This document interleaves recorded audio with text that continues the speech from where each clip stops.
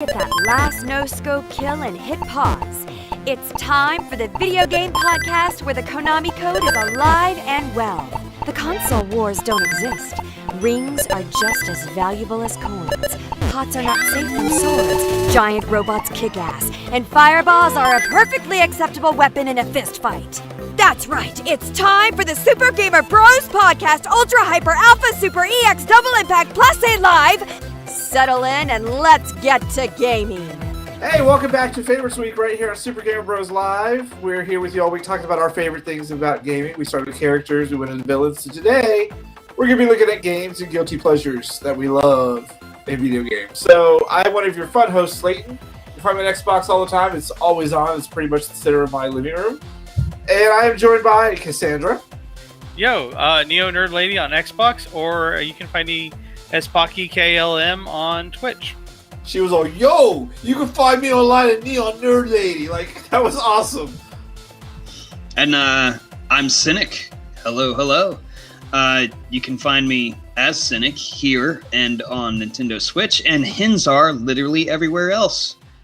So see, I have just one gamer tag across the yeah. I made up Pinzar first, and Cynic much later for Zombie Life, and we just kind of took that, I like it. Yeah. So, like I said, we're in the middle of Favorites Week, and so today we're gonna talk about our favorite games, our favorite game franchises, and our favorite guilty pleasure games. So I've been going first all week. Does someone else want to go first? You know what? I should get this out of the way. Can anyone guess what one of my favorite franchises is? Persona! It is Persona. Very good. Which I am really happy with that because I have barely touched that game, but it seems like it's really interesting. It's just with my live series, I don't have much time for that. I have to play games in short bursts. Yeah. I love all of them. Otherwise, I think in least most of their cases, I would have not bought it multiple times. It is the joke of with the power of friendship, we can defeat evil, but it's a little bit always more than that. The games always have a lot of philosophy attached to them, which is great for the SMT franchise, like it and Shin Megami Tensei. Like, there's always a lot of thought behind them. Like, you get things in the beginning that just seem really basic, but as the story progresses, you get more and more and kind of character depth and more realization these characters are not two-dimensional. That's good. What else? Yeah. I was going to just do one and just go through a circle. Okay. Cynic, you're next. All right. It's Mortal Kombat. We can skip that if we'd like and go to the second one because you know why Mortal Kombat's my favorite. So, yeah, hit me with the second one. I feel that you're saying it wrong. It's not Mortal Kombat. It's Mortal Kombat! No. I've heard that way too many times in life to acknowledge that anymore.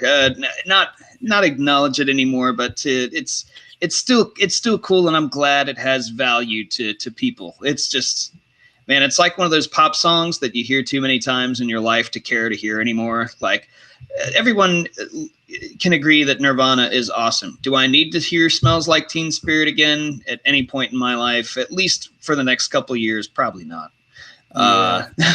So just don't listen to 101X then. When Mortal Kombat 2 inevitably does come out, when WB releases it, the movie anyway, I know that song is gonna make its rounds again, just like it does every time the Mortal Kombat hype train comes around. So that'll be fun. I'll go with my second, and that's a really, really hard choice. I'm gonna have to say probably all-time favorite. And right now we're talking about game series. Games have multiple game series. Yes. Yeah. And I'm probably gonna have to go with I'm gonna go Mortal Kombat. So second favorite is Elder Scrolls. of course, started a little late. I'm kind of an Elder Scroll poser, you know. I started with Oblivion. I started with Oblivion, and Don't feel bad. I absolutely love and spent far too much time playing Oblivion. Same with Skyrim. I really do love Skyrim. I love it very much. But Oblivion, there was the story of Oblivion was just much better. Skyrim was close with the Civil War and the dragons and the Eater of the Worlds and all that stuff. That's cool, but Oblivion had, like, you were being invaded. You can see the portals from the world that's trying to invade you pop up. You can close those portals by entering hell itself, stealing a stone, and like, if you say stole something by accident, a guard might follow you into hell and tell you, stop, you violated the law. And you're like, dude, I remember that. I'm fighting a scorpion man and a demon lady, like, over here. Mind helping? So that totally happened to me, by the way. I'm literally sneaking through a tower in Oblivion as stealthily as I possibly can, and all of a sudden, stop! You and my character turns, you violated the law! And yeah. Bitch, there's a scorpion dude right there. You really want to do this now? Yeah, I literally ran until I kind of doomed it, you know. I ran until there was another character type that it had to fight off and ran. See, that would happen every now and then, but I was a summoner, so I would just summon my 2 Daedric Knights, and they would go upstairs and kill everything. I did not have to physically touch anything. So I was ridiculously underleveled for a long time until I became a vampire, at which time I just had to, you know, wait a while and wait for all my stats to boost. And then later on, I realized how to actually level up correctly. And I came out the gate. I came out of a nice long nap swinging for the fences. My character got crazy boosted after that. So if they could remake Morrowind and Oblivion and give it Skyrim's leveling engine, that would be it. Like, that would be the greatest. Or yeah, I love because what made Skyrim for me more than anything was it was using Fallout 3's leveling system, which made it a lot easier to level versus how Oblivion did it, where you're like, abuse running. Every one thing you do needs to have running attached to it. Yeah. Well, I'm leaving Space Channel 5 and Mass Effect off of this because I've obviously, you know, I geek out over those 2 series way too much. I feel you're lying to us. Mass Effect it was so close. The only reason I didn't pick Mass Effect really is because I think you mentioned it already. So I'm not, just like when I talk about movies, I can't talk about anything Tim Burton, Star Wars, or Disney animated. Those are always off my list of favorite movies because it's just unfair. So for me, and it's ridiculous, but I love the Plants vs. Zombies Garden Warfare series. Yes, you do. There's always people playing. You never have a problem finding anybody to play with. It's got a fun leveling customization system in all of them, and it's just I want to know whose genius idea was they sit in the board going, "Hey, let's turn our tower defense game into a first-person shooter, like a MOBA game." And they looked up like it was crazy, and they did it, and it works on so many levels, and it's fun if they would keep supporting it. But you know, that's a whole other story. We're on 3 games now, still popular as fuck, and they're like, oh, do we really want to devote more time to this, or do we want to go back to Battlefield? Like, really? You've got this dedicated fan base who plays every fucking day. That game is constantly packed with people, and you're like, eh. But is it Battlefield, and is it going to sell 1 billion copies on its first week? Well, they stealth launched Battle for Neighborville. Like, they said, oh yeah, it's out now in beta. So of course I bought it to get the early access, to get all the early access stuff, and it was fun. But everyone really wants a proper Garden Warfare 3.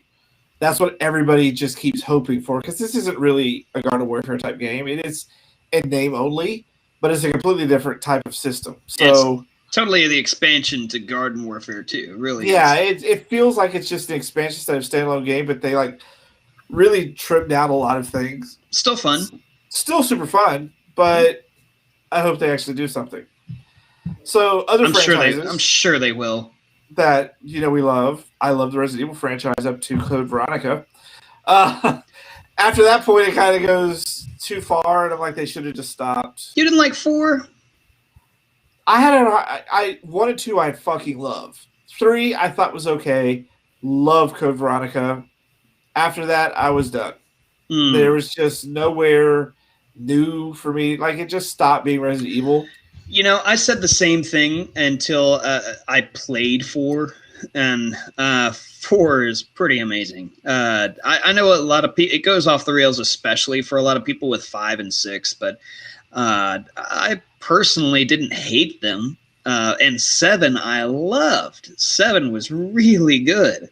If you didn't get, I think you were too cowardly to play 7. I think didn't I hear you tell a story that you were too scared? That's Alien Isolation. Isolation, which I do love the Alien series of games. Hit or miss, they are super fun. I like, especially this Fireteam Elite. We had so much fucking fun playing that game.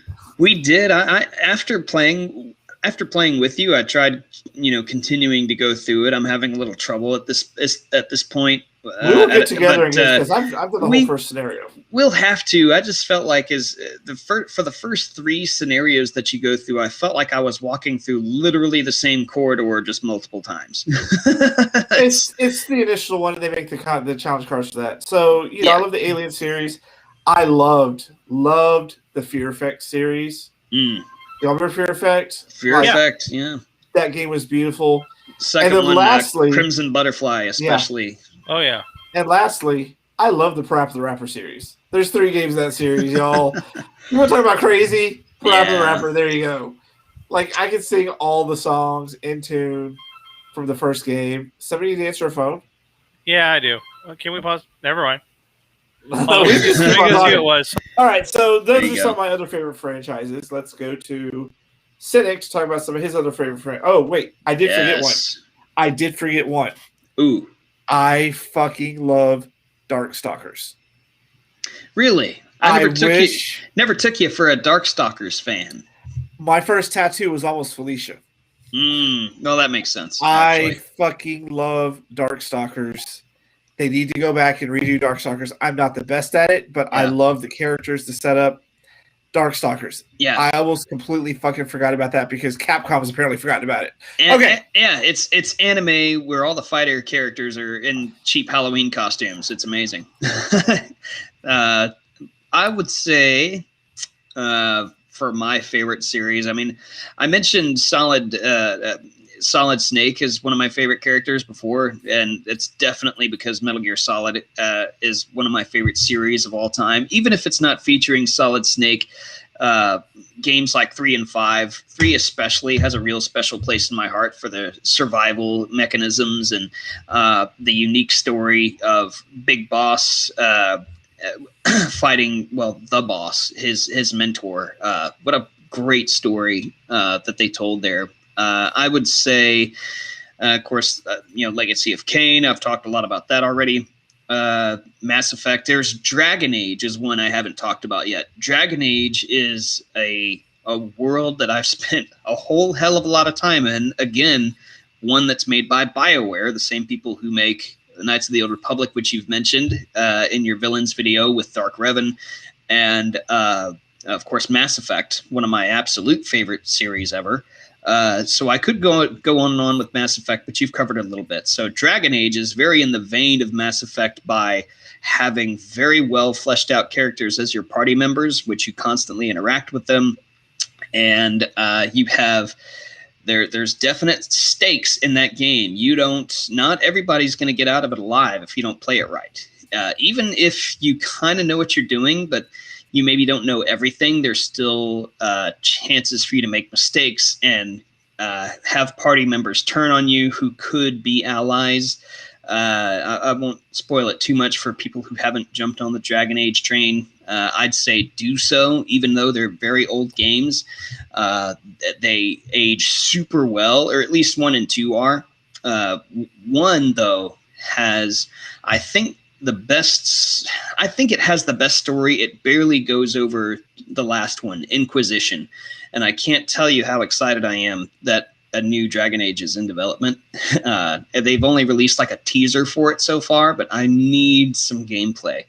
I really need some gameplay. And the great thing about 3 was that it integrates the story of the characters that you play before. And if you don't have save files, if you didn't play it all on the same system like your PC, I don't know if the newer systems cross over if you play on them or not, but they had a system that you could go online and then pick and choose your own story. I mean, ideally, it's going to be the decisions that you made while playing through your story that craft what happens in 3. But your decisions definitely mean a lot in the Dragon Age series. And I'm hoping to see the Warden come back if your Warden did indeed survive the first one. I'm hoping to see him again. You really don't see the Warden again, him or her, rather.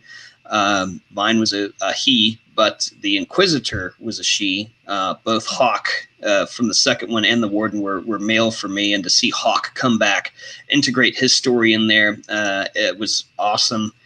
And just the characters that never came back after the first one, like Ogren the dwarf, who's just a drunk with a super strong drunk with a hammer.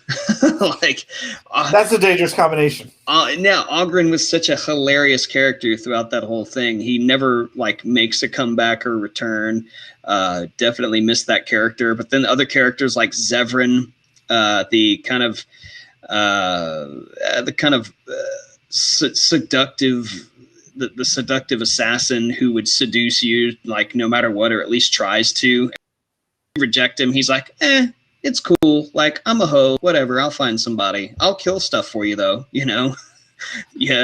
And then Morgan, who skips out on 2 but shows up in 3 as not a playable character, but as one of the most important characters in your war room as a strategist there.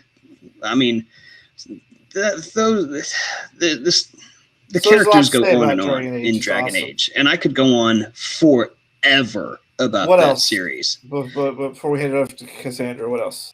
What else? Jesus, what else do you want to know? No, that's it. Okay, let's go to Cassandra. No. Well, we'll say God of War, and a lot of friends who are close to me would say, "Dude, you're forgetting about God of War." Yes, God of War is absolutely one of my favorites, and one of the reasons I bought a PlayStation 4 was to play the new God of War once it came out. So, those are some of my favorites. All right, let's go see what Cassandra has to say. Can't hear you. So there we go. Sorry about that. So for me, I'm gonna go with some known titles first. Obviously, Castlevania. I loved Castlevania, particularly when Igarashi took over, and you got the Metroidvania games. You got Symphony of the Night. I always loved them. You have to have a strategy guide for 2. I didn't like when they made God of War Castlevania edition. When they tried to reboot the franchise, it just didn't seem right. It seemed to skip out on the entire kind of good versus evil, where you made evil and bigger evil. Like, we've got a villain and you're going to play it. When you made Belmont a vampire, it's like, wow, you skipped it. I love the Final Fantasy franchise, obviously. I mean, I've played most of them except for 13. 13 can rot. And I also love it did not warrant that many sequels. I know. It didn't at all. And the fact that they were going to make 15, another 13, and they're like, no, let's get a bro road trip going on instead. Some other titles I like that are a little underknown. The Broken Sword series, which was a point-and-click adventure games that was a lot of fun. They released a new one a couple of years ago. It was a really cool point-and-click adventure game. You start off as a tourist in the first game. You start off as a tourist in France, surviving a bombing, and then you have to go and stop the Knights Templar from resurrecting an ancient alien spirit who claims to be God. And that's how the first game ends. So, it's true point-and-click adventure fashion. So yeah, those are always some of my favorites. Of course, like I said, Shin Megami Tensei, I love that franchise. It's always a lot of fun. And the Deception franchise. Deception was the game where you were a trap master and you had a house and you put down I traps. love those games. I loved a couple of them. They're getting more missed than hit when they started releasing them. I'll give you that much. Yeah. So those are some of our favorite franchises. Now, not every game is part of a franchise. No. So let's talk about just a couple of our favorite non-franchise games.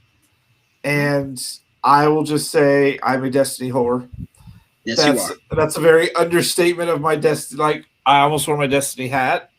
I've got Destiny shit all over my house. So Destiny is clearly a franchise. So I guess it's not a franchise. It's a standalone game. So That's there's right. there is a sequel. Yeah, there's one and a two. Like a franchise is like the Battlefield that keeps going on, Mortal Kombat that keeps going on. That's how I consider franchises. So how many? A live service game, we're gonna have to establish some rules here. Like, are we gonna, if it has a sequel, how many sequels can it have without being a franchise? Yeah. Well, like Street Fighter would be a franchise, the Persona would be a franchise, Final Fantasy is a franchise. So like 5. Like World of Warcraft would not be. It's a single game that just keeps going. Destiny is a single game that keeps going and going. Warcraft is absolutely a franchise. It's World of Warcraft is a standalone thing. No, I know it's part of a bigger thing, but when you think about the game as itself, it's kind of gone beyond the RTS days. I think Warframe would be another one that's a standalone game. Warframe is, yeah. I have a question. What about Dino Crisis or the Parasite Eve franchises? See, because there were 3. So can it have a sequel, a part 2, and then end, and it not be a franchise? Yeah. Okay. So standalone games outside of Destiny, y'all. I really enjoyed the fuck out of Boyfriend Dungeon. I ain't even gonna lie. Oh, I downloaded it on Game Pass. Oh, Cynic, you should sit down and play it. It is like 4.5 hours of just fun dungeon, hack and slash, and dating sim with this ridiculous concept of people who turn into weapons. Like, somehow I don't know if it appeals to me. But I mean, I'm not opposed to trying it. You should try it at some point in time. But I might have to take you up on that recommendation. We'll see. I also really liked After Party, the one where you played the 2 kids who were in hell. Oh yeah, was on Games Pass. That was really fun as well. Like, I like some of these games that, just like Murdered Soul Suspect. I fucking loved that game because you played your ghost trying to solve your crime. There was no big boss battle. It was like there's no big boss battle in most of these games, and it's just like just go have fun. So I really enjoy those type of games. Very cool. All right, let's go with Cynic. We'll go with me. All right. I was having a hard time just even thinking of something that wasn't a franchise at this point. Right? But one did pop in my head. PsyOps, the Mindgate conspiracy for the Xbox. It might have been on the PlayStation 2. Yeah. But that was a game where it's a third-person shooter, kind of a standard shooter in that you have your guns and the gunplay feels okay and everything. But the big kicker is that you have full-on psychic you have telekinetic powers where you can lift and throw stuff. You can mind control people. You can do remote viewing. There's a few other powers that I'm forgetting. I think maybe pyrokinesis is one of the things. I didn't use that as much. One of the coolest things about it is you could totally co-op this game, and the player 1 would run around as the character, and the second player had full control over your psychic abilities. So you could lift stuff for me, or do remote viewing if you needed to control another character and then run around with me. That was really smart co-op. It was amazing co-op. And I mean, I remember playing with one of my good friends back in the day. We would just swap controllers back and forth so to give each other a fair shake. But we really got into a groove of like, I'm running at an enemy and I start shooting over here. And then he picks a character up over here and flings them around, or grabs like ball or something that's going to be an interactable object and starts tossing them everywhere. Throw like an explosive barrel this way while I shoot characters this way, or he just picks up a character and holds it in front of me and I shoot the shit out of it. It was so much fun. You can. It was made by Midway, so of course they threw like a scorpion skin in there, but it would have been Ermac would have made more sense. So anyway, you could control a person and then make them kill themselves, which was insane. Like that was a ridiculous feature. I don't even know if you could get away with it in this day and age. I really don't. You could totally control somebody, walks into a dangerous area, shoot all their friends, and then blow your own head off. Like, wow, what a crazy! I to this day they set it up for a sequel, and I don't understand why it never happened. I mean, I kind of do. Midway isn't around anymore, but whoever has the rights to PsyOps, the Mindgate conspiracy, please bring that back. Kingdom of Alamur also comes to mind, and that's one I know you're familiar with. They came out with a remaster of it recently with better graphics and everything. I was super hyped up for that when it came out because that is a third-person open-world game with solid fighting mechanics, very reminiscent of God of War, but you also have stealth mechanics that go along with it. Yeah. And of course, your magic and stuff like that. That is an amazing game, and I really feel really bad. That basically bankrupt that company. They put all their heart, energy, and effort and money into it, and went out of business making that game. It's pretty incredible, and so I'd say those are two. If you want me to stop talking anytime soon, we'll say let's go to Cassandra. We'll say Kingdom of Alamar and PsyOps for me. Cassandra. So my single one is actually Stardew Valley. That game I've clocked in like 500 hours with the co-op and that's including co-oping with my wife because they have a free multiplayer add-on, so she can like farm and we can do all this stuff, and like everyone's independent, so like she can do farming and I can go to the mine and start like going down to the bottom of the mine and try to like collect materials there, and it just also the game itself where you can romance a whole bunch of options. Like every single bachelor is eligible to be romanced no matter the gender. And all of them have these really, even if you don't romance them, getting all that story is just awesome. Like you have one guy who you help stop being an alcoholic. He becomes a alcoholic. He's been bitter. He's angry. And you help him get over that. And that's a guy who basically just made the game by himself. And Conceited Ape did a really great job on that game. Another game is, I said it in the first episode and haven't really mentioned it again, but Hades. I mean, I would have died over 100-something times so far if the game wasn't fun. And it has been an absolute joy to play. Can I just say, keep going. I was going to say it deserved every bout of praise it got. It did. Word. Yeah. But can I just say I find it weird that none of us really talked about loving Nintendo franchises? I actually realized that ourselves. Actually, I mean, when we kind of left those we kind of left those out, and I think one of the reasons is because my favorite game franchise being Mortal Kombat. I mean, if you had to go with a second favorite or maybe even favorite game of all time, if I had to leave out a Mortal Kombat game, I'd probably say Super Mario World. That is absolutely a contender for a favorite game of all time. It's like we like those games, but like I love Pokemon and I love Pikmin. So yeah, I just find it weird that we haven't talked about those yet. But we're at the end of the show where we're going to talk about our one guilty pleasure game that we just love, and it's something that either we know or we don't know. And so I will kick it off with, and here's why. I consider the Time Splitter series to be a guilty pleasure. No. Yes, because one, it wasn't Halo. Two, it's got a very cultish following, and I love the fact that there's cultish following that's trying to remake the entire game in 4K by themselves. Yeah. I mean, the sheer amount of characters in that game alone were just so worth it, and 3 knocked everything down. Like, 3 was amazing. but it wasn't one of those mainstream games. People are like, Time Splitters, who the hell are you? It's all about Halo and Metal Call of Duty. So it was kind of like the Outcast game back in the day. So that's why I consider it a guilty pleasure, because they are saying the creator of Time Splitters is bringing it back. I eat up every bit of news about that. We've had the guy who started Time Splitters Rewind on our show before.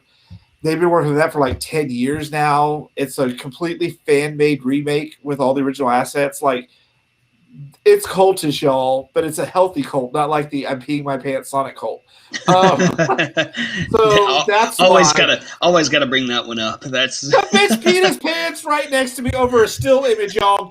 There's something wrong with you. Okay, let's start with Cassandra. What is your one favorite guilty pleasure game? My guilty pleasure game. Oh man. All your games are kind of odd anyway, so this should be I know. I'm like, I have so much. Which one should I pick? I know. Well, to me, it's like Kitten to me, Torture guilty pleasures. Dungeon. What? Kitten Torture Dungeon. No. BMX XXX. Come on, it's got to be Barbie Horse Adventure. Oh God, no, guys, I'm gay. I'm not that gay. Jesus Christ. I'm gonna have to say, because I was genuinely thinking about this, but I know the story is kind of trash. Hold on, I'm trying to remember its title in English, but I have to come back to me. I'm trying to remember this damn game's title. All right, I remember the game. I just trying to remember its damn title.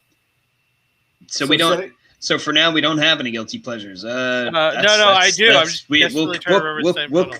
We'll come up with it. Yeah, come back. We'll come back to you after I get mine out there. And I was for a while. I mean, I don't really feel guilty about any of this. I'd say one of the ones that probably would get me the weirdest looks might be, I love the WWE games. Absolutely love them.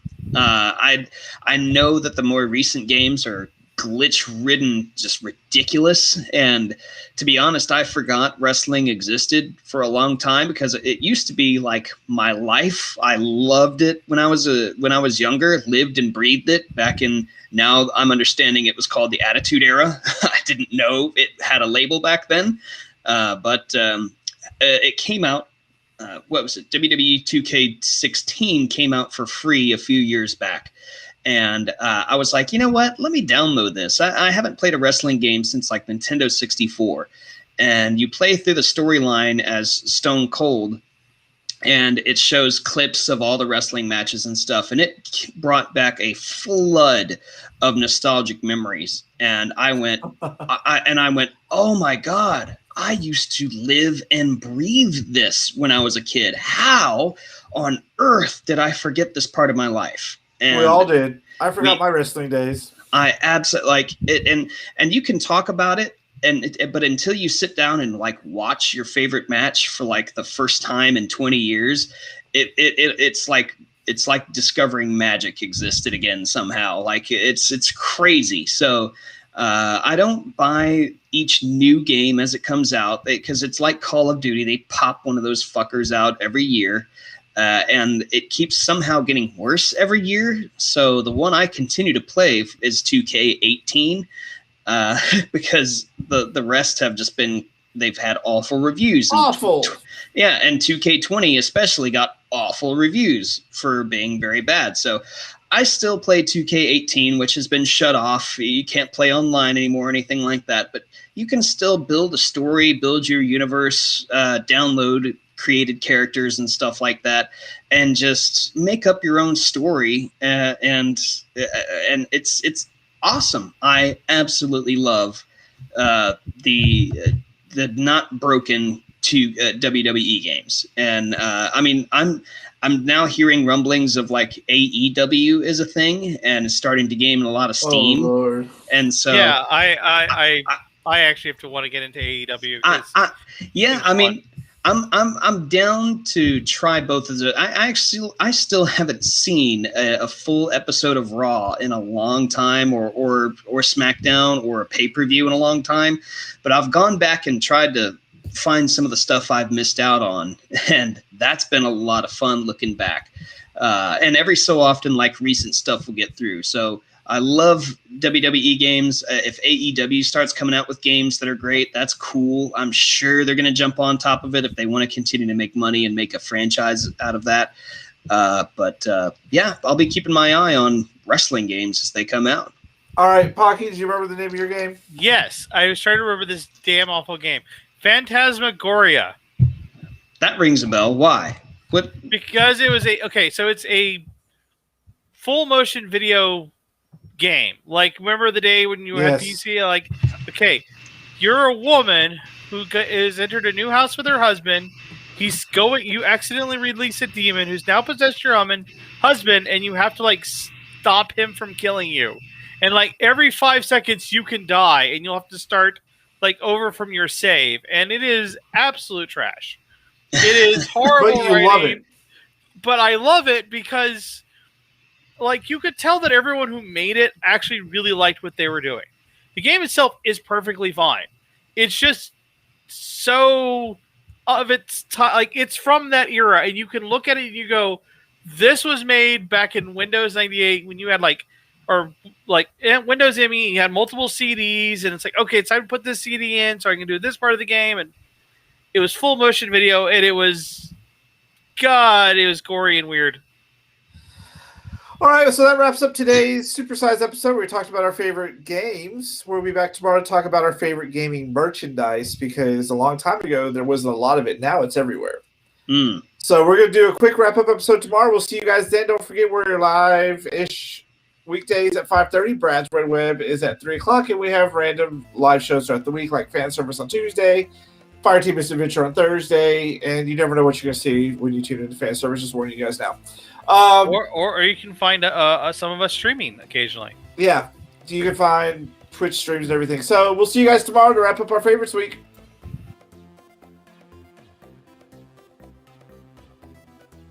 Yeah, I think I'm going to put in the ceiling lights here to light this green screen better. And I got to get another ring light because I have one, but it's not in here because it usually washes me out. But I got to work on a lighting situation up in here. This actually also doesn't make me look as white. I'm actually much more colored in this one. Yeah. Our white people episode. White people episode.